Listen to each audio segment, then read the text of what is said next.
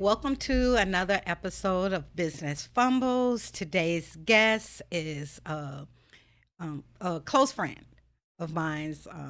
I'm so excited for you guys to meet her. And without further ado, we're going to have her to introduce herself and her company. Hello, thanks for having me, Sheila. Oh, you are so welcome. So I'm Caprice Gossett. I own Proposability, an accounting and advisory firm that exclusively works with interior designers. We help them to create financial systems so that they can use their interior design firm to build wealth. Oh, Oh, wow. wow. So, hey, this is going to get exciting because guess what? She has to put a lot of thought behind her work. So, let's get into it. So, first of all, tell us how you got into, your business. So back in like 2000 and so I had to be sometime before 2015. I was working in finance with creative individuals, entrepreneurs, but I Mm-hmm. was working with a lot of different ones. So we were working with a creative agency, an app developer, a music school. We were all over the board. Mm-hmm. And it was a lot. As you know, having to work with so many different industries, you have to know the nuances of those industries, and it was just overwhelming. Mm-hmm. And at the time, I was working with an interior designer, and I realized it was such a niche market. I had never thought about accounting for interior designers. Mm-hmm. But I realized if she needed it, then there were other people who needed it as well. And so back in about 2015, we decided that that would be the market that we served. I was working in her firm here locally. She was out in Henderson, a high end residential designer. Mm-hmm. And we started specializing in the software that she was using. So we became experts at that. In our working with the firm, even though we were brought in to manage the accounting, or I was Mm-hmm. brought in to manage the accounting at the time, as a small business owner, you have to wear multiple hats. So she had a really small firm. So I started doing procurement and I started doing purchasing for her. I started doing project management for her. And in doing so, I was able to learn the ins and outs of how a project runs for interior designers. And through that, we just decided this would be the market that we served. So, you were at that time working for a firm. At what time did you decide to go off on your own? So at that time, I was already on my own. I was what we call like an independent contractor. Contractor. I was a Oh, okay, contractor at the okay. time. But probably around 2019, I think, I started really taking seriously that I could develop this and we could become a business. So that's Mm-hmm. when we started doing the paperwork to become more than like to become an entity. We started taking on a team. I started doing training of my own team. We started taking on more clients and really developing it into a full-fledged business. So sometime about 2019, I think. 2019. Wow. So I know with architect, I wanted you to talk a little bit more about, you know, the aspects of it because I know with construction is crazy because you're doing the accounting for them. It is not just, this easy one, two, three, you get the statements, you do all of that. It is very complex. And I know for you, it's complex. So I wanted you to get into a little bit of that complexity so that people can know exactly, how detailed it has to be. It really does. It has to be very detailed. I think at that point, really understanding the nature of the projects and the cyclicalness Mm-hmm. of their projects helps with when it comes to the accounting piece of it. So understanding how money flows in the business, right? If they take on retainers, how are those retainers being used? When are they being applied? Um, for us, it's a really big thing in our world to separate money coming in for proposals, which we don't want to acknowledge yet as Mm-hmm. revenue, because the the long-term nature of these projects, Mm-hmm. we don't want to record revenue too soon. And so we hold a lot of money on the balance sheet. But then there are times where we need to be showing revenue on a regular basis. So invoicing is really important to us. Time billing, charging for services on a monthly basis. So again, I think it really comes down to understanding the flow of money within those creative industries is really important to not only the financials being accurate and usable, but for the business owner to understand where their money is at and what it's doing, what's available to them at that point. I think that's really, really important because I worked for several different CPA firms here in Las Vegas. And one thing that I learned is that they're more concerned about the work, getting it done, Absolutely. saying that it's done, Yep. and then they send it to the clients. Absolutely. And then they say, your books are done and here's your financial statements. And then they use a lot of fancy type reports, sort of like, and then when the people get it, they say, oh, my books are done. Yeah, they have no But they idea. don't really understand No it. idea. No one's They're explaining just it. looking like, duh, like I what have am I some supposed reports. to do with that? Yeah. Yeah. they have And no the idea. last firm that I worked for before I opened up my firm, I had one lady, long, to make it really, really short, I felt like I was doing more harm for the firm than I was doing good for the firm. Because when you go into that firm, they bring you in by your education, what you know, and then they give you a title. And I was like the manager over all of the accountants and stuff like that. I ran the whole office for the owner. And so usually when your clients get you, they say, oh, they're good and they want to stick with you. But every single client that she gave me, when I changed things and I started explaining things and asking questions, it was more like, wait a minute. I've been with you guys for 8 years. They ain't never asked me these questions. Why you asking me these questions? And it's like, well, in order for your financials to be correct, these are the information that I need. And more importantly, here's the information that you need. Here's the questions that you should be asking. Here's what you should be aware of. Yes. We were on a call just yesterday. We're converting someone from QuickBooks to the software that we use most predominantly. And as we were going through their QuickBooks file, we were like, oh, okay, well, like, what is this? And they're like, I don't know. We haven't used that in years. And it's like, what you mean years? Like, why is this on your financials then? I don't know. No one has ever asked about it. Yeah. Like, so a lot of times we find that business owners are not being educated about the real benefit to their financials and like how to read the financials, how to spot certain things within their own financials. We tell our clients all the time, you don't have to be an expert in finance. You don't have to be an expert at numbers, but like you do want to understand the basics of what this is telling you. Yes. You need to understand fundamentally that like if something is on this report, you should understand why it's on this report. And you know better than anyone what's going on in your business. So if you know you haven't had this loan in 3 years, then why is there a number here? Like, Do you feel that it's a little bit of I don't want to say the word, but laziness on the part of the business Not owner, at all. or do you feel like Not it's at just all. miscommunication? it's not laziness, it's not miscommunication, it's undereducation. Okay. So a lot of times you have business owners who love what they do, they are exceptional at what they do. They went into business to do that thing.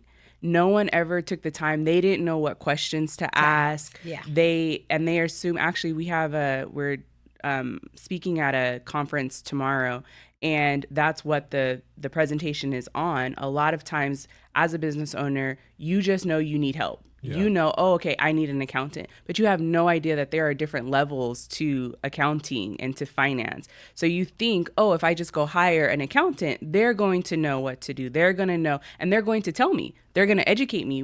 They're super reliant on that accounting partner, but then that accounting partner is more compliance. They're just doing the task, getting it done and handing it over, and they expect you to know and understand what you're looking at because you're a business owner. But no one has ever taken the time to just run through, this is how you understand your financials. This is what this account means. And outside of the like basics, like, oh, I know AR is people who owe me money. Like outside of basic things like that, you don't know too much more beyond that. And so it's really important for us, and I know it's really important for you. We educate our clients. Yeah. When they onboard with us, it's one of the first things we're going to go through is we're going to take several weeks to go through and say, okay, here's this portion. Here's this portion. Here's what this portion means. Explain it back to me. How would you use this? How do you spot red flags? You know, just red flags enough to be like, I know this isn't accurate. I know nobody owes me $1 million. So there should never be $1 million sitting on AR, right? Like basic things. It's just education. And you know what? It's totally understandable, you know, for them to take that attitude because they just want to focus on what they enjoy doing and what they started their business for. That was one of the biggest reasons I started my own firm.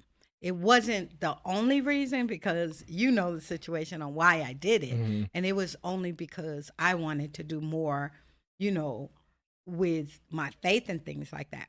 But when I started it, I got so many people, you know, that's in my circle that told me, Sheila, it will never work because don't nobody want to learn how to do that. Don't nobody care about that. They just want you to do their books Do it for them. and then hand it to them and they want you to handle it. But that same case of where I worked at before, this woman had been in business for 25 years. And when I questioned her and I changed her books around and I sat down with her, she sat in front of me and she cried. I am at a CPA firm and this woman cried. And she said, you guys have been doing my books for over 20 something years. And I am faced with closing my business because nobody done what you just did. Because they don't understand it. But when you make it, like you said, you make it a part of your business model. They have to sit down and they have to understand the work that she's doing. And that right there, you can't put a price tag on it. You really can't. Right. We try to. We absolutely I was try about to say, I was like, does that give you a little leeway to up the price tag a little bit? Absolutely. Absolutely. Because there's absolute value in that. And it's one of the things that we tell our clients from day one. The moment you talk to us, we're telling you we're not the right accounting firm for you. We're not the right accounting partner for you. If you want a hands-off, like you don't want to be hands-on on your books, go to someone else. We do not allow that. We tell our clients all the time, our designers, you cannot abdicate this responsibility as a business owner, as a woman who owns this business, and this is the livelihood that you're creating to be able to take care of your family, to be able to leave a legacy if that's what you want to do. Like, you cannot abdicate and be like, oh, someone's going to take care of this for me. No, ma'am, absolutely not. Right? Like, so you can delegate.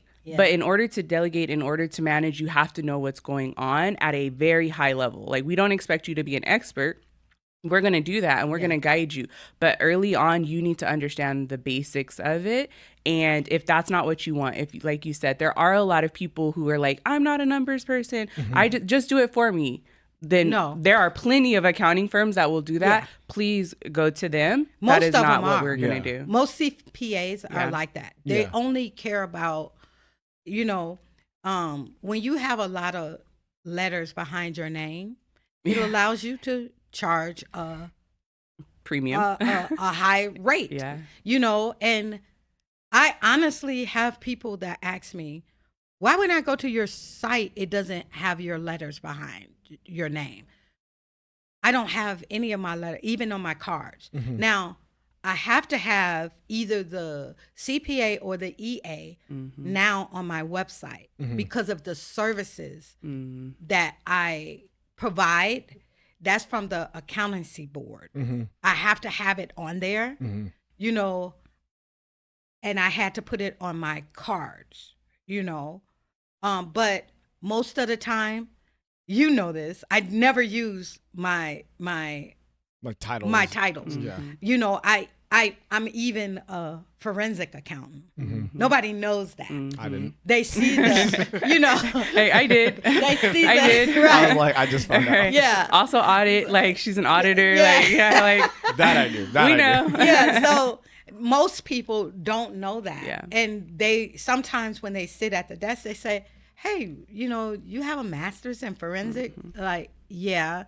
And I did pass the test, but I don't use it, you know. And actually, I challenge that because I feel like we do use it. It's all a part of our understanding, our knowledge. Like it helps us to be able to see problems, to spot things. And I know for sure you can look at something and be like, this is where it's at. Like that's that forensic background. So maybe you're not doing forensic accounting, you know, but you still use that knowledge, that experience to support your like clients, you know. But to your point, titles it's a vanity like thing. Yes. We take it the same way. Like we don't call us by nothing. Like we're simply your support system in whatever facet that looks like at the given time.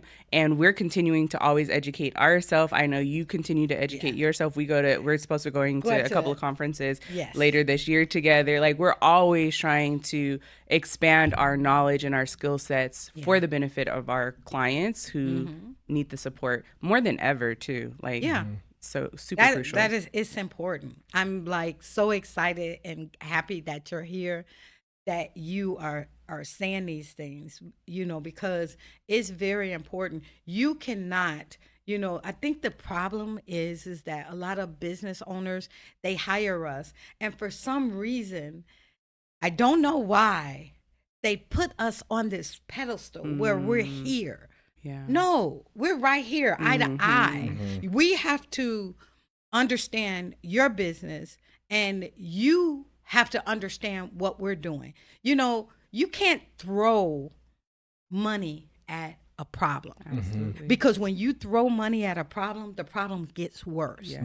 And then all we do is we just sit back and we accept your money. It's true. And there's not much that we can do. Like if you're not going to be a part of that as the person who knows more about the business than anyone, like there's not much, it's your business. All I can do is like give you information and give you guidance. But if you're not going to be the one taking care of it, if you allow things to continue to come in front of it as more important, like genuinely, what do you want us to do? Yeah. You know, like it's your business. I can't control I can't take over that. Do you find that the transparency of like telling them that, especially from the get-go, how you're going to work with them, but you need to know their business, so there's going to be maybe a little work on their part? Do you find that is met with criticism? Like no, not at all. In fact, I feel like at least for our clients, it's really empowering. No one has ever a lot of people have allowed them to be like, I'm not a numbers person, I'm a creative, I want to, right? Like for us, when we tell them like, no, they're like, it's such a relief. We had one person tell us like, you're speaking to my deepest insecurities right now. Like, because no one has held them to that standard of, no, you're going to learn this and you can learn this. Like you run an entire business. Like you manage multi-million-dollar projects. Like you got this. Yeah. You got this. Yeah, like, stop it, you know? And understand your value. Like, and again, it's just setting the proper expectation of, I'm not asking you to become an accountant. I'm not asking you to become a CPA. Like, I'm not asking you to become a forecaster or forensic account. Like, I'm not asking you to do that. I'm asking you to understand the basics and be able to manage your own money so that no one can take advantage of you, so that you know what levers to pull, so that you are controlling what's happening in your life. Like, that's what we're asking. And by all means, they love it. Like, show me. Like, yes, I want to do this. Like, I don't have that experience. No. But Really? you have a niche. So you're working with architects. I work with everybody. So sometimes the people are reluctant. I just had someone call and they're looking for a new accountant. And they told me what they were doing and what they were looking for. And I told her, I said, well, off the bat, I said, we are more of an educational firm. You have to do one-on-ones. We break things down. We tell you what to do, what not to do. We ask you questions. Why did you do this? You know, and he's like, well, we have a busy schedule and we don't have time for that. Well, we're not the accountants for you. And he got really, really quiet. And he says, well, what's your packages? Like, we're not the accountants for you. I don't think people are used to being told like no. Yeah. I think they just think we'll take anything. It's like no. Yeah. No. Yeah. I think you said it right earlier that a lot of these people, they throw money at their problems. And they're not used to being told no. They're like, no, if I give you more money, it's going to go away, right? Like, that's kind of like their mentality on it. So, and that's so wrong. Yeah. Because there's no way that, money is going to, fix the problem. It's just like we as business owners, we feel like we're overworked and we don't have enough time for ourselves. So what do? We go out and we hire someone and say, hey, I need you to do this, this, and then we walk away from it. And then we come back and it's a bigger problem.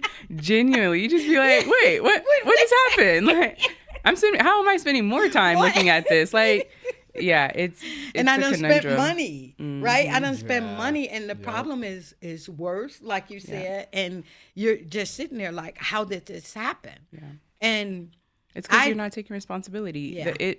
It starts and ends with you. Like, that's bottom line. It starts and ends with you, and that's everything. As a business owner, I think maybe that's what a lot of us don't realize, that everything in the business starts and ends with us. We have to take ownership of that in every capacity. So whether we're hiring, whether we understand what's going on, like, we have to own that at all levels. That's a very good thing, and I'm glad that you brought that up. But now I have another question.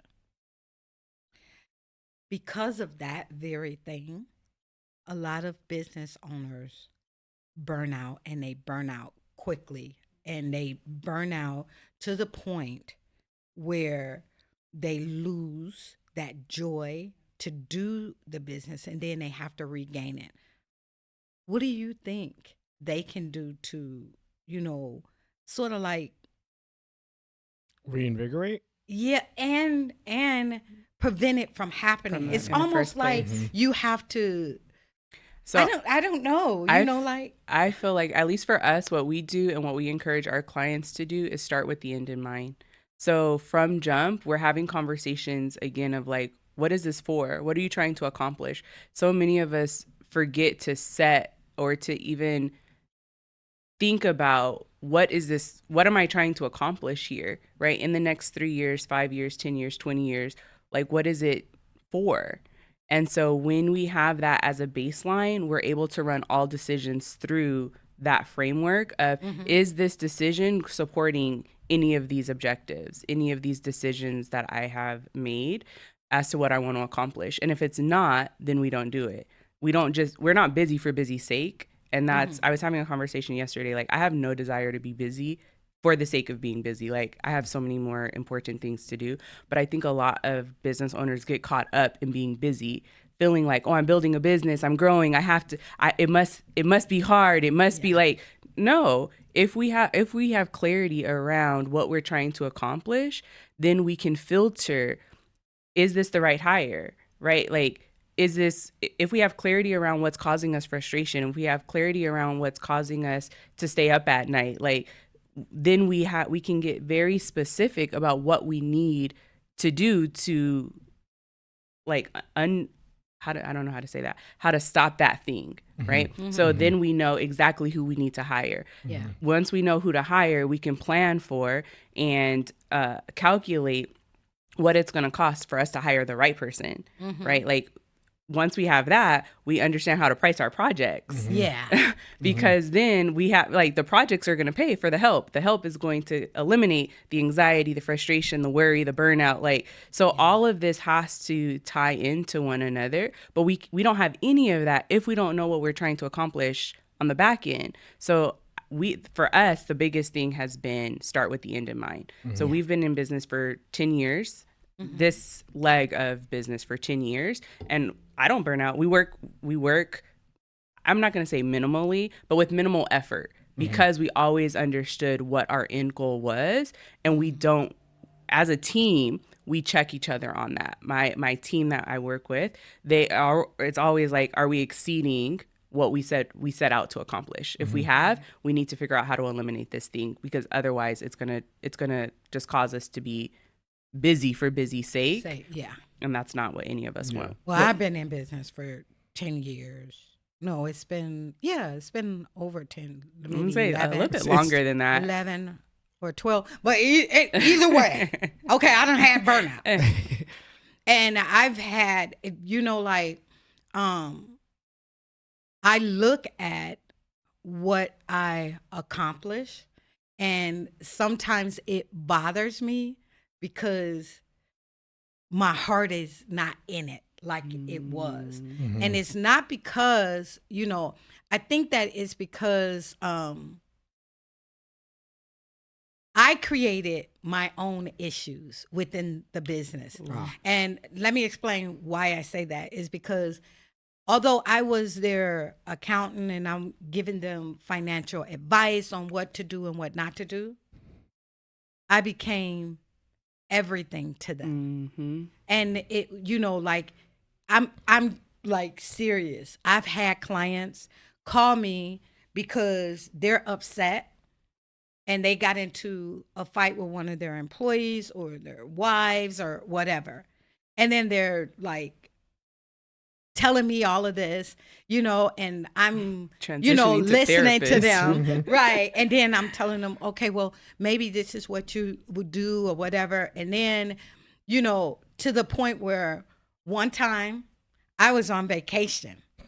I had a client call me and say, I'm trying to buy a house. Can I give my agent or whatever your information? So I said, okay, yeah, just tell him to email me. The guy told me everything that he need. And they were trying to close on the house because he had been working on it. And I opened my laptop, did everything. Then they said, oh, well, he needs to pay this bill before we could close it. I went on there, paid the bill, sent them the receipt, did everything. And so he called me the next day and he said, how the heck did you do that in such a short? He was like, I've never dealt with someone that just boom, boom, boom, and it was done, And I said, because I had all of this stuff, but at the same time, when I was done, I was like, wait a minute, I'm on vacation, but I'm still working. And it's not that they didn't appreciate it. I just allowed them to not have any boundaries. They didn't respect my time. They didn't respect anything that I had going on in my life. And it wasn't their fault. It was my fault. Yeah. And you so didn't because respect of that time. Yes. You didn't set that boundary. Exactly. People will only do what you allow. Yeah. And I feel like as business owners, we go into it because we take things from the beginning of our business and they kind of follow us through. So at the beginning, when we're starting out, we feel like we have to take every call. We have to take everything that comes along because we need the money. We need the experience. We need the testimonials. We need the market validation of what we're doing. So we just yes. And then we never come out of that. And in our minds, we feel like the more we accomplish, the further we get, that it'll just naturally subside. And that's not the case because we've formed the habit where we allow that. We have really trained our clients to say that they can do that. And I've experienced the same thing. I feel like I've gotten a little bit better about saying no, but I think it's just a nature of being a business owner where we do. And it's a double-edged sword because at the same time, one of the things that sets us apart is that, yes, when there is an issue, we are there to help you put out that fire. But what's the like toss up between like, but it's a Sunday, guys. Like, why are you working? Like, you know, like, why are you working on a Sunday? Why are you calling me at Sunday But I would at answer 7? the phone. So that made it even worse. I was there with you when I was working for like a company that had multiple restaurants under their belt. I was a sommelier / manager for the whole group, so they could put me anywhere. But honestly, it was up to me to choose where I would go and stuff like that. But I'm learning, I'm growing, I'm becoming something, possibly growing past this business. So I'm saying yes to everything. And I remember, I feel like you started with about the losing the passion because you're not setting boundaries. I didn't set boundaries, and there was another guy who saw how much passion I had in the beginning. And then there was one random Sunday I said yes to something. I was just doing something on the side. He just looks at me, he just goes, you can say no, right? Yeah. And I was like, no, I what? didn't. I was just like, wait. I didn't know that. He's like, you didn't know? He goes, these people are business owners. They are going to use you as much as you're willing to let you use them. If you don't know how to say no, you're giving them everything and they'll take it. And quite frankly, I feel like it puts you in a better position to say no. Yeah. Like, people respect you more when you can say no. I feel like, at least I'll speak for all. Oh, no, I agree with you. When I started putting my foot down and I started putting boundaries, they went, okay, well, I want you more now. Yes. Where can I put you? Yeah. Oh, really? I have more. But then that's taking more of your time. No. It's actually more efficient with your time. Yeah. Because they're going to use you the best way that they can use you, because you're not letting them put you in all the extra stuff. Like, well, I had a question about this. Well, I was one. If you have a question, you want to use me for something, you're going to use me the best that I can be used for you. Yeah. Oh, that's cool. Yeah, exactly. And I feel like that's exactly what happened. And I finally got my passion back into my work. Yeah. I agree with that. Well, I've learned, because now my phone ring and I literally will send it to voicemail. Yes. I've never. In fact, you sent me to voicemail a couple of times. I've never done this, And so now, if I'm not in that mode where I need to, I understand that they can leave a voicemail and I can get back to it. But I'm still not gonna leave people on red for a full day. It'll never happen. And see, I'm gonna I feel text like you. I need that skill. I need that skill. No. Yeah. I'm so bad. I'm not. I tell my client, like, we have set a shared expectation within 24 to 48 hours. We will get back to you. Yeah. But that it allows us that freedom to also have, like, as business owners, we went into business to create a lifestyle practice that allows us freedom, flexibility, right? So then if we give that away, then what was it all for? Yeah. Because at that point we could have had a job and been off the clock and like really not have to worry about it. So we have to give ourselves that. So there are times where like recently we had a client, I forget what she wanted, but she came in at the last minute on a Friday at that, saying like, oh, I want to send this out to the client today. I was at a funeral. Like, no, and in times past, I would have tried to figure it out. Even now, I would have sent it to like one of our staff and been like, hey, can you do this? And I was just like, quite frankly, no. I don't know why you told the client you would do this by the end of the day. So it's also training the clients as business owners to stop saying yes to everything. Tell your client, we'll have this to you within a week, and give ourselves longer runways and longer lead times to be able to not have that stress, not have that anxiety. I think that's a big part of like not burning out and still keeping your passion, enjoying it. When you can do it when in a space and within a time frame where you're working at your highest capacity. So I don't work at my highest capacity when I'm at a funeral. I don't work at my highest capacity on a Sunday night, 7:00. Like, that's not my highest capacity. That's my recharge time. So I need to take that in order to be at my best during our working hours. And our working hours are not 9 to 5. Like, we still have a lot of flexibility in that. And we still work nights and we still work weekends. But we have to know for ourselves and for our teams. You have staff, I have staff. Like, don't put that on them. Also training them where they start to burn out because we're asking them to do something. And I will be guilty of this. Like, I'll text one of my girls at 6 a.m. and be like, hey, like, no, don't do that to them either. So we all have to like, I feel like business owners like set themselves up to fail when they're just always doing as much as they can and not setting boundaries, because one day you're going to not meet a deadline, or you're going to say something like, we can totally do that. But Yeah. then you realize like, I'm spreading myself too thin, Yep. and that hurts your reputation with the clients. Yeah. And stuff. Like, you have to set yourself That's cool. up the Yeah. best way you can. What you said, Yeah. they set themselves up for failure. Yeah. Yeah. Yeah. I think too, you also said used reputation. If you establish the reputation that we're about our business, we get it done, we get it done accurately, we get it done correctly, we get it done timely, right? Then when we say no, it's not a problem. It's like, it's just that reminder, that gentle reminder of like, okay, you're right. And I trust you develop that trust with your clients that we'll get this done efficiently, effectively, timely, but we have to do it, in the right priority. And you Tim, you know this about me. Like, my reputation is more important than any dollar bill or whatever. And I've been in business for, a good while. And I'm happy to say that I don't have any, like bad reviews or marks on me. But sometimes the clients don't understand that, because we just had a situation, that I had gotten really upset when it happened. And I was talking to my staff, but I'm also talking to the client. And it's almost like I had to bring myself back and say, Sheila, this is not your kid, because I'm like, why would you do that? And so I had to, bring it back. Once I caught myself, I had to bring it back. And then he was explaining, and I said, listen here, I understand that sometimes you guys are going to make a mistake, but you have me attached to this. And when you have me attached to it, I'm going to care like it's my business. Like, and he says, yeah, I see that, because like, you're really mad. And he says, and it's my business that's going to be affected. And I said, you're right. If something happens and the state gets involved or attorneys get involved, it will have your company on it. But guess who's going to be attached to it?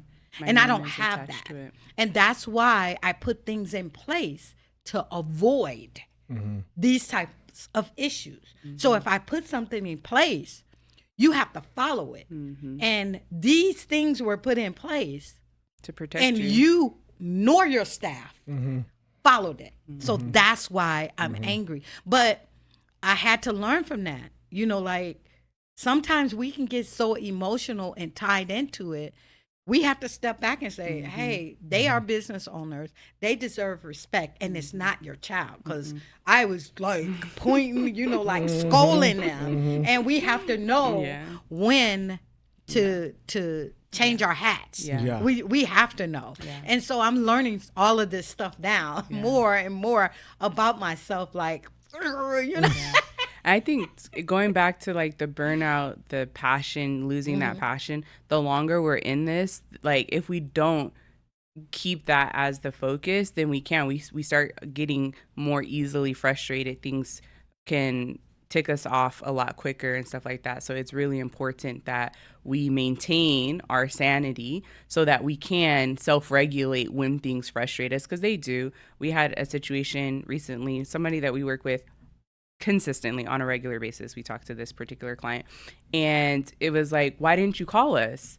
Why, like, we talk every week. Why are you trying to figure out stuff for yourself? Like, we've established that is what we're here for. And it was like, oh, well, I don't. And it's like, so I felt myself getting frustrated, and it came off, and I had to remind myself that, like, things can change, though, in an instant. So even when you've established relationships, you talk to somebody the wrong way on the wrong day, you've lost a really good client. And more than losing a client, you've destroyed a relationship that took so much to build, like, where you really do respect this person, you really do admire this person, but we're having a bad day, they're having a bad day, you come off the wrong way, and now this really beautiful thing is now like tainted. And it's just, it's fractured, right? Maybe it doesn't break that day, but you've started to create cracks in it. So I had to remind myself, like, chill out. Fix your face. That's what I had to do. We're doing the same thing, because I was just like, and then I thought about your voice. Right. I thought about it, and I was like, okay, Sheila, like, it's not your company. Bring and it back. That's the cool thing about it is, I think that both of us is at that point where we're watching, we're going to make those mistakes, but we're quick to realize it. And it clicks for us like, okay, we can't do this, but one thing I do want to discuss before, our podcast ends for today. And I love this about you. And that is that, you set your prices based on your work, and you don't care about like whether they can afford it or like if they need a discount or whatever. I want you to talk about how you got to that point. Okay. So it's one of my favorite things to talk about. Absolutely one of my favorite things to talk about. So I was like, how do? Okay, now we're gonna get down to the money. Now we're talking about money. Now Money, she's money, interested. money. Got it. You know, my favorite topic. So one, I will say the space that we are in lends itself to that. So fortunately, we are in a luxury space. In order to be able to work with an interior designer, an architect, to have a house built from the ground up, right? Like you're in a space of luxury, you're in a space of privilege. So one, I feel like early on, I learned we need to just match that with the space that you're in. So you do not want, our clients do not want a bottom of the barrel bookkeeper, accountant managing multi-million-dollar projects, right? Like, and if you, I forget exactly how the saying goes, but it's something to the extent of, if you think I'm the best, you don't expect me to be the cheapest. And we are the best. So we need to meet that with our pricing. You need to invest just as much, right? You want to pay. And that's what I've learned. People want to pay for these services, right? They, in their minds, they'll tell themselves like, oh, we're trying to save money. But for the business owner, it creates this stigma in their mind that like, oh, maybe I didn't pay enough and that's why I'm in this trouble because I tried to do the cheap thing, right? Like, no, we give you that confidence that we charged you what you should be charged for the value that we offered. And the value goes beyond compliance for us. Sure, we file your sales tax. Sure, we can do your accounting.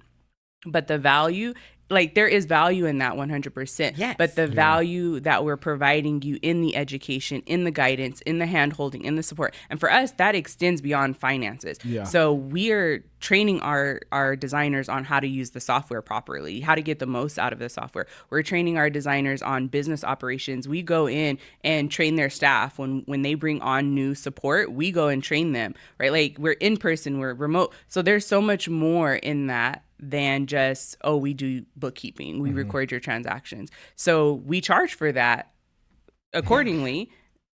I would have no problem doing it. I was going to say, there's probably like a very similar saying to what you were saying about like the chargings, like for a service or a product. There's always three things it could be. It could be of high quality, it could be fast, or it could be cheap. It's never going to be all three of those things. You can get something good, you can get something quick service, you're going to pay for it.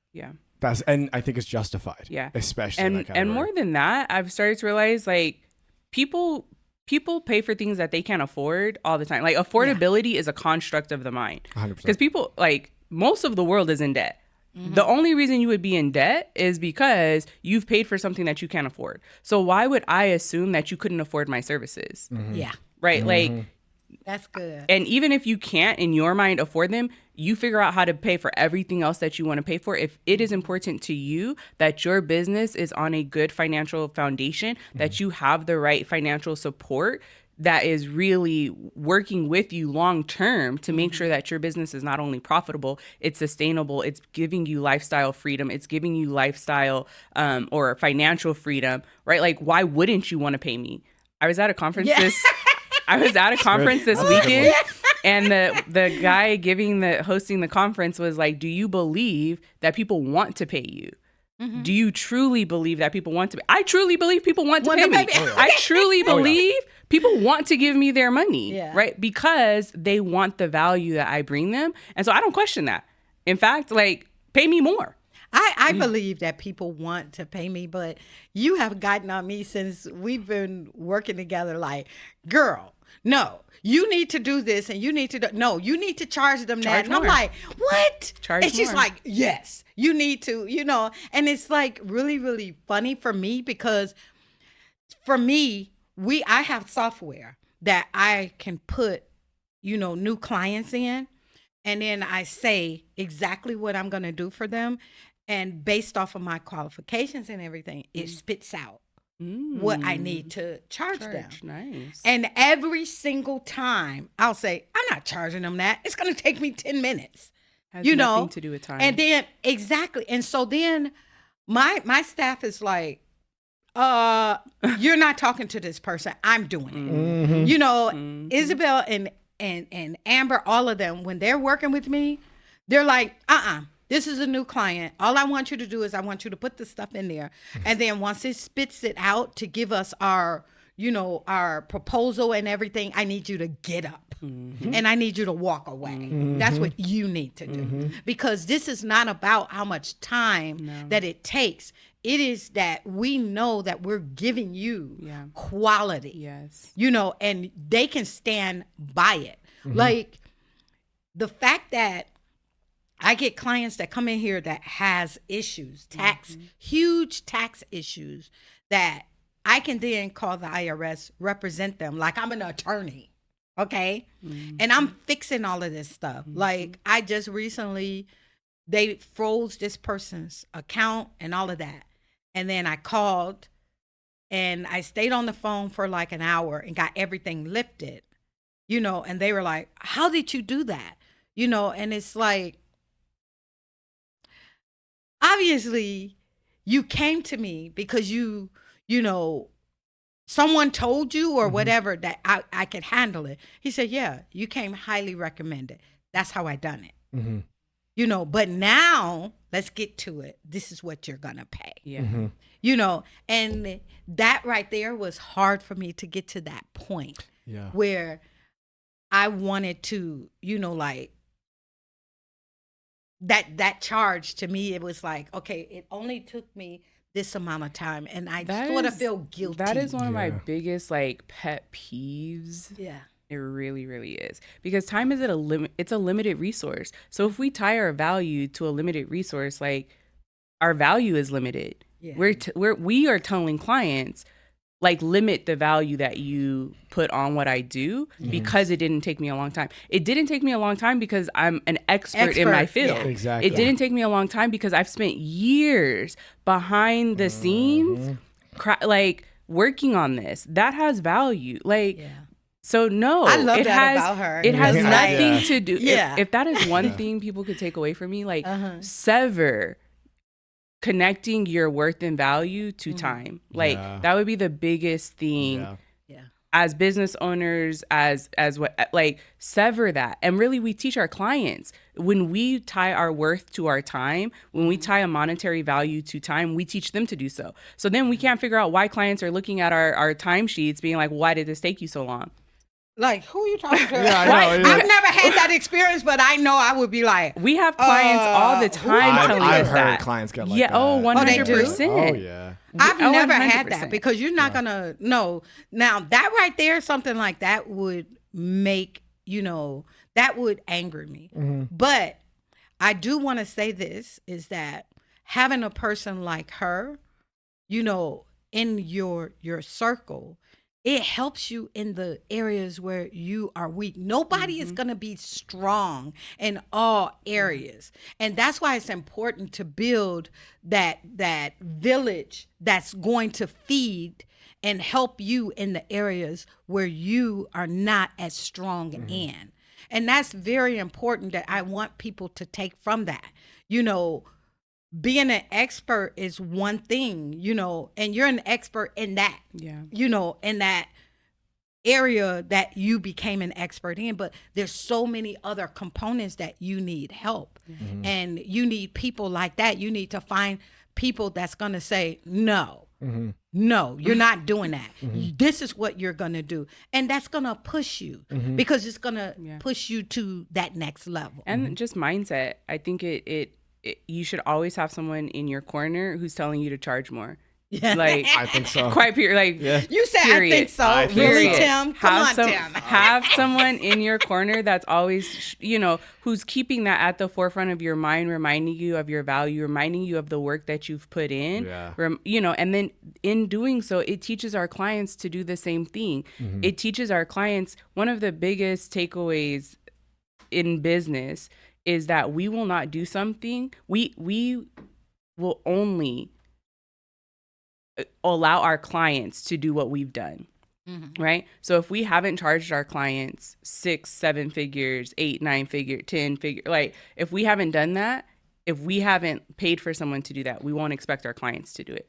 Right? Like, so, and then our clients won't expect their clients to do it. So it creates this ripple effect. So if we stop that and say, no, I'm charging you $100,000. I'm charging you $250,000. I'm charging you $375,000. Right? Like then they get empowered to say like, oh, well, I'm charging $500,000. Right? Like you start to build that like, Right. You set the standard. You set the standard, and that is again part of our value in hiring us is that we are going to train you. We are going to push you past your comfort zone your spending comfort zone, right? Yeah. And we're going to show you can afford this, and here's how you afford this, and now go get your clients to do this. And it changes the dynamic of the business at that point because it's not again based off of how long something takes me.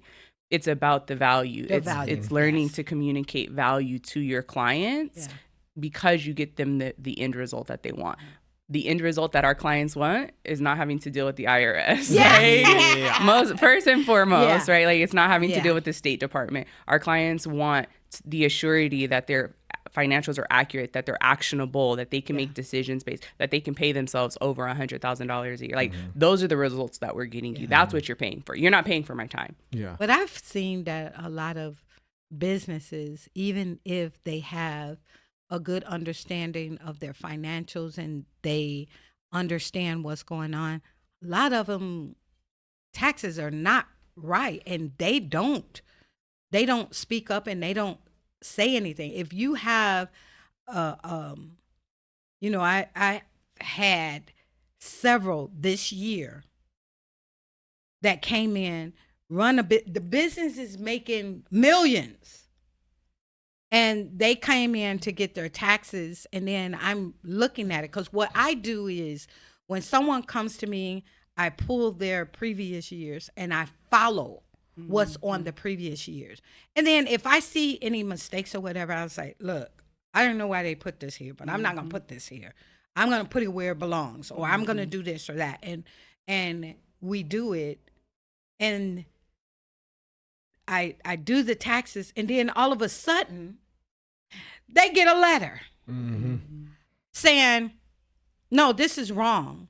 And they were like, well, I've been doing it this way for years and years. And I had one lady, she had been doing her taxes this way for years. I had to go back 8 years because her previous CPA was filing her taxes as like a single member LLC on a Schedule C. And the whole time, she was a corporation. So we had to do corporate taxes. Then we had to amend all of her taxes. You had to backtrack and fix it? We had to fix all of that. And then she got a lot of refunds from the IRS, but then she had to pay on the corporate level.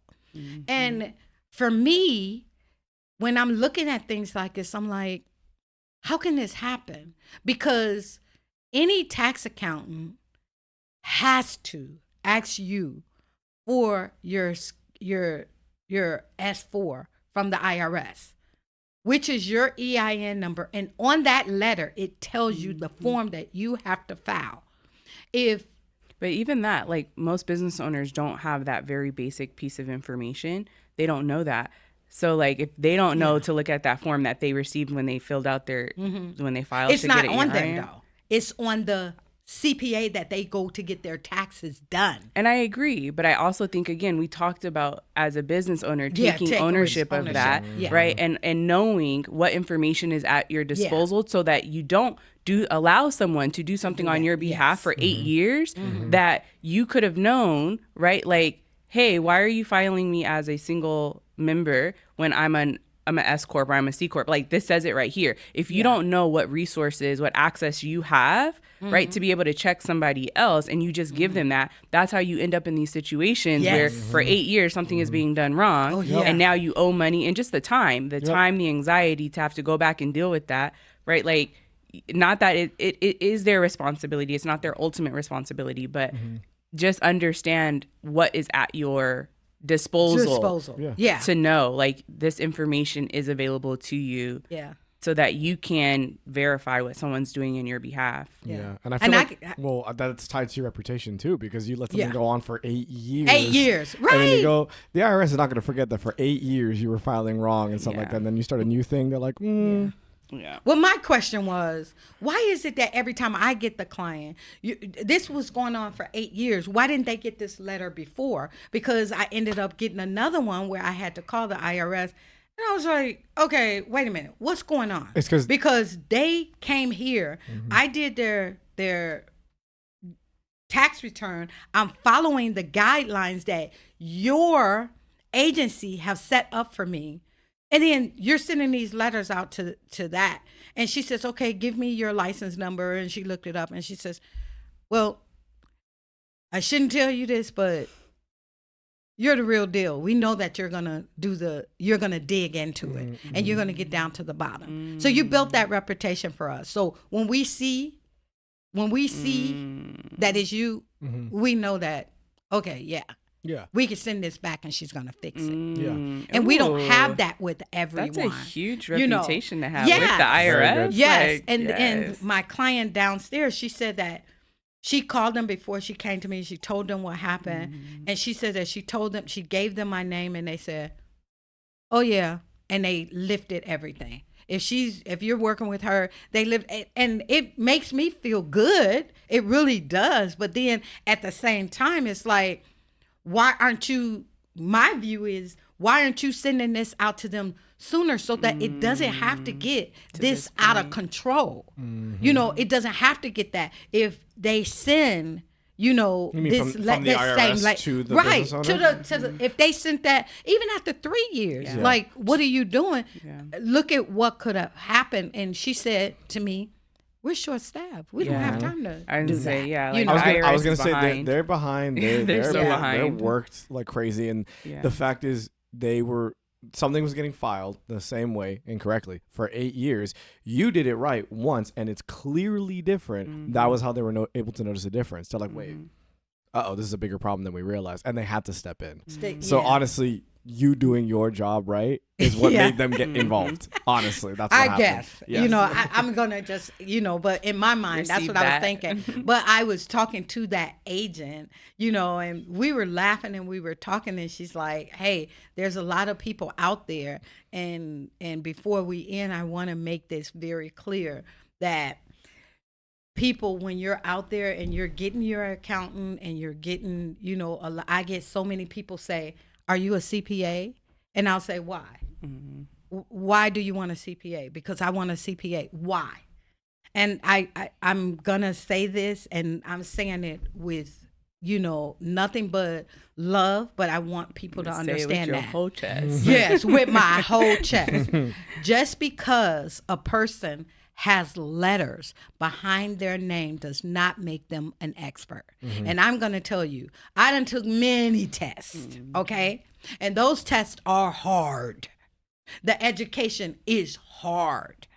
But if I had to sit down and retake those tests without going back to the books and reading and studying again, I would fail it. I would fail it. So that I am not an expert. I just a good study person that studied and I passed the test.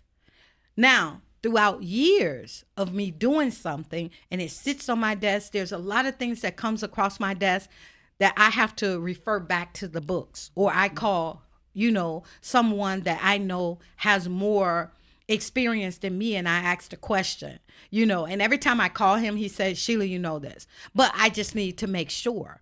But that's when you're an expert, when you do it over and over. Like, the architect industry. You know it. So you know what to expect. You know what to look for. So you can say, hey, I'm an expert in this area, you know, but it doesn't mean that you just trust everything. We have to take, like you said it, I don't know how many times, we have to take accountability. And it's our responsibility.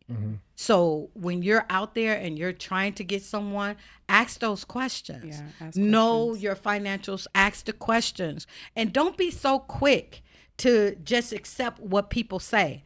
And stop looking at your tax return as a debt or a refund, because it's so much more. When you try to buy a house, what are they asking for? They're asking for your tax return. Okay? When you go, if you're self-employed, you want to buy a car, they asking you for your bank account, your tax return. So if you're making $100,000 and you're saying your expenses is $990, come on, people, come on. Your tax return is so much more than a debt or a refund. It is so much more, and it explains what's going on in your life now and what's to come. They looking at it. They're trying to project your future. So if you're saying that you're not making any money and you just getting these refunds, you know, people are happy to get those 10 and 20,000 refund. You know, while I'm sitting over here, I get $1,000. I'm doing flips. Like, I ain't gotta pay. But stop thinking that your tax return is just either you're gonna pay or you're gonna get a refund. You have to change your mindset. It's so much more.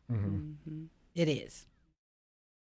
I never thought about it that way, actually, because I'm on the other side where I'm, you know, the W-2, W-10. Yeah. Like, I'm just like, I get paid, I pay my taxes. Either I'm gonna get paid at the end of the year or anything. But you're 100% right. As you grow up and you're trying to buy things, you're trying to start your businesses, you're trying to move, you realize this is like a record on paper of who I am and everything like that, which goes back to the whole 8 years of doing it wrong. That also says something about you too. Yes. So if you try to get credit or you try to open something else or a new business, they'll look at you twice. I know a guy, this guy, he, in restaurants, long story short, there's different ways you can pay your tips on taxes and stuff like that. And the dumb way is to say, oh, I'll report everything on my own. I'll do it all myself. And they're not going to do it. You know they're not going to do it. No. So what did they do? Oh, you've been selected for a random audit. That happened to this guy like 4 times. And he now owes like $12,000 to the IRS because of dishonest practices and stuff like that. You need to be aware that, not to be scared, but you can show people you're a good, honest person in the way you handle your money. Yeah. And it's really strategy, right? Like we've had this conversation when it came to our taxes. Like, okay, well, what do we want to do? Because in 2 years, it goes back to start with the end in mind, right? Like, what are you trying to accomplish? So, like, yes, we can. We want our financials and we want our books, like we have that opportunity as business owners to make sure that it's doing what we want it to do. That's part of the privilege of being in business, but you do so with where you want to be in a couple of years. So like, we need to pay taxes because in 2 years we want to be able to buy a commercial property. Okay, now because we've just bought this property, now we can like do this, you know, like, but again, it comes back to managing money. If you understand how to manage money and you understand what you want that money to do for you in the coming years, now you're able to use all of these things like taxes, like financials as a tool to build the lifestyle that you're trying to build. And the cool thing is you're teaching your clients that. And one last thing, people, the IRS are not stupid. Those agents are not stupid. They're just overworked and they don't have the manpower that they need to go after people right away. So, but they coming. When they're coming. They're agents like me, there's not really an industry that I don't understand, because when I was younger in my career, I did all kinds of stuff. Like, I was literally a sales buyer. And I knew how to deal with salespeople. The IRS, they know your business.